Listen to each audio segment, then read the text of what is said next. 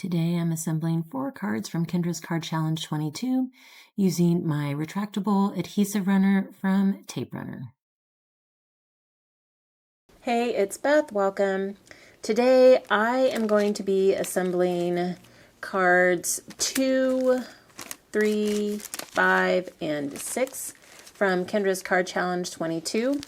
These were from the Brass and Bliss Abundant Bouquet pad back at the beginning of April at the KCC 22 kickoff hop. I showed you how I chose and cut down my papers, my 6 by 6 sheets of the pattern paper.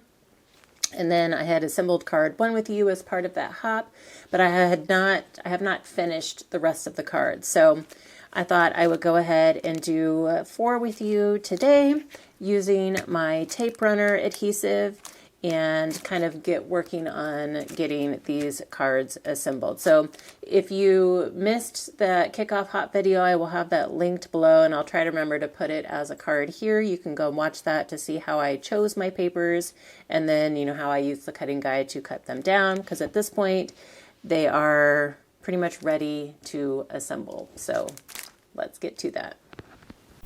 I'm starting off with sketch number 2. And in between the time that I shared the video where I chose and cut down my 6 by 6 sheets of paper, I went ahead and went through the sketches and chose and prepped matting layers and embellishments and sentiments and all that. So like I said earlier, these are pretty much just ready to assemble. So I'm adding my layers to the card base, and I got a little bit of overrun of adhesive on the edge of the green panel, so it came onto the yellow panel, but it rubs off super easy with my finger. I did go ahead and pre-stamp my white panel there with Happy Birthday, and that is also from Brass and Bliss. I will have the Kendra's Card Challenges video linked in the description box if you are new to Kendra's Card Challenges. Each quarter she puts together a PDF that gives you a cutting guide and sketches that help you take 6 by 6 sheets of pattern paper and turn them into 15 cards. So she has kind of an introduction video that tells you how you can get that free PDF, so I will have that linked in the description box below, as well as the products that I'm using today. And the tape runner adhesive that I'm using, this is my favorite.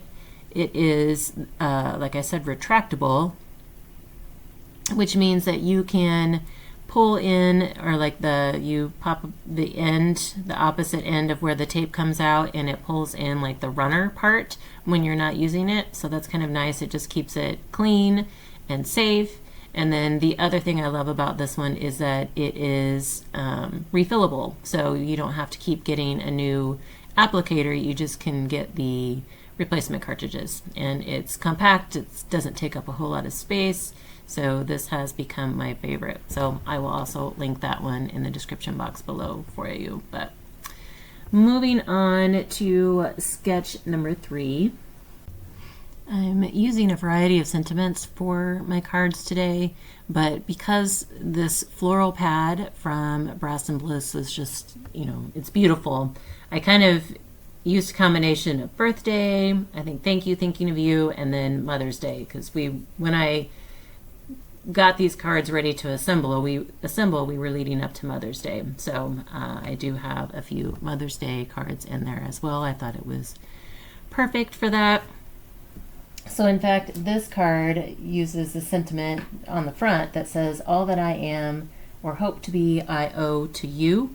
Thought that was a really pretty Mother's Day sentiment, and it comes from the Brass and Bliss Mother's Day stamp set.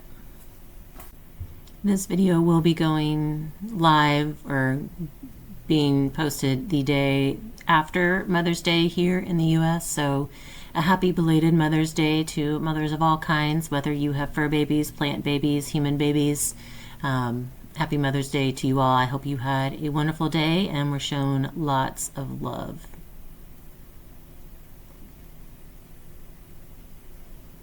I've finished adding my little strips down and can add this panel to the backer. I have several layers here, and you can see on this green layer I did harvest one of my circle punches out of it because I didn't have a ton of this green, and I wanted my one of my circle mat layers to match that color. So I have the green and then a white.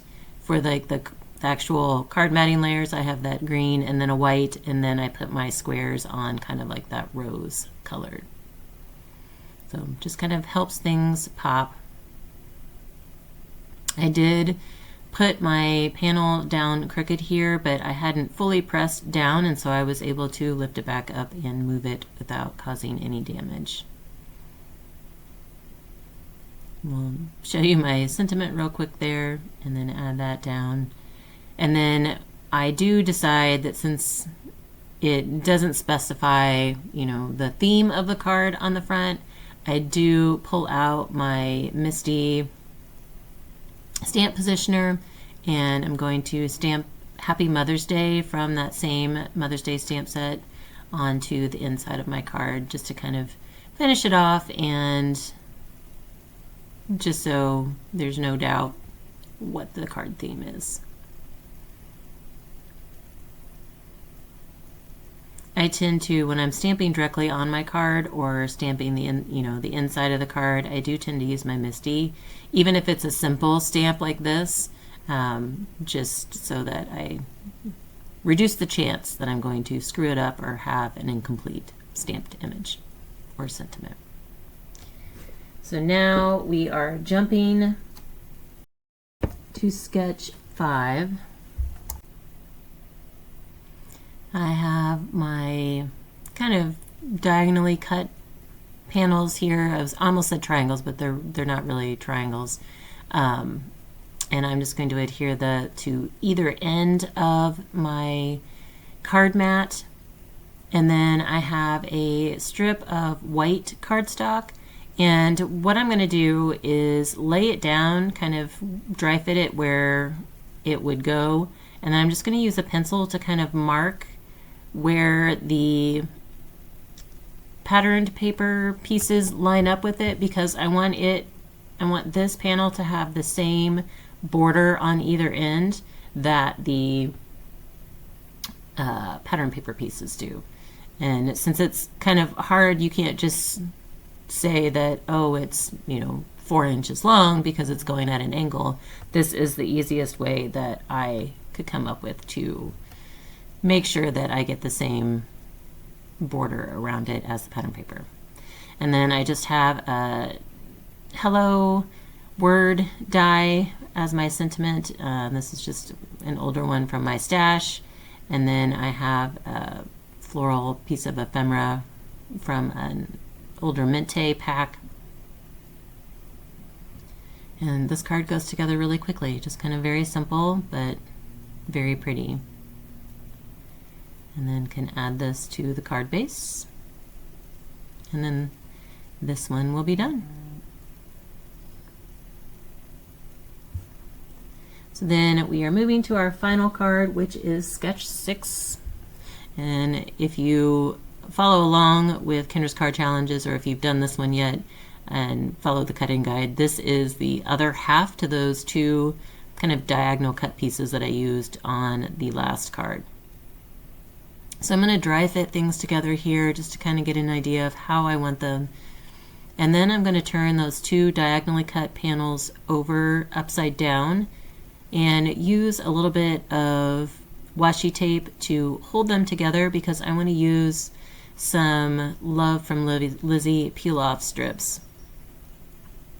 And since the strips aren't super wide, like, I don't want to trust the strips to hold the whole panel together, and I want to be able to put the strips on before I put this panel down, so that's why I'm just using the washi tape to just kind of hold it together, and then I can add my strips and fold those over to the back side. Just helps keep the strips on and secure, and then I can go ahead and glue everything else down. Again, I'm always like dry fit positioning things just to make sure that I get them in the right place.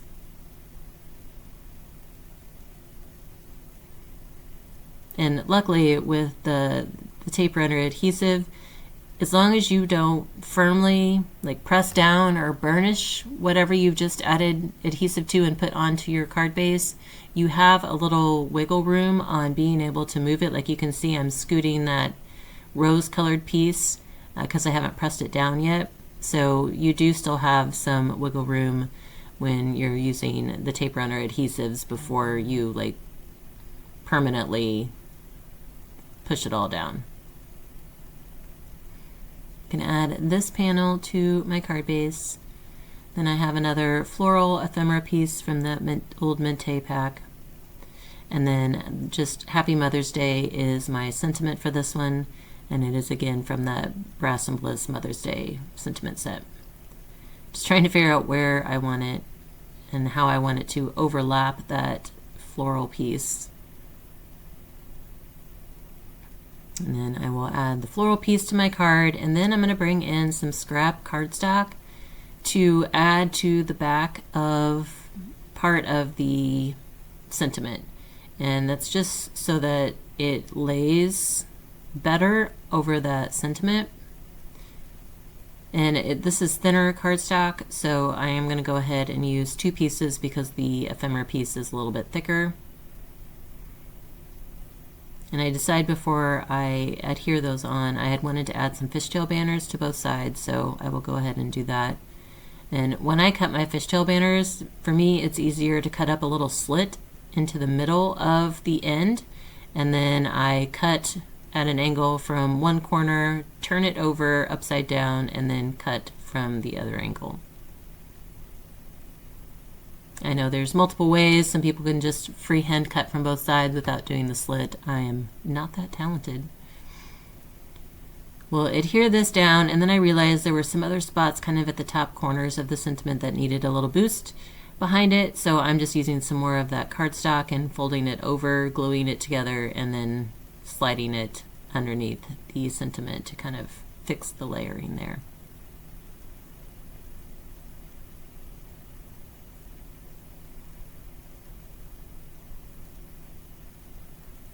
And then my 4th card is done. So here's a look at all 4 cards again.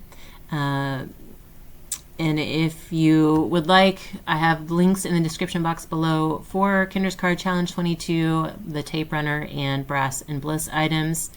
I thank you all so very much for your time today and hope you all have a very crafty day.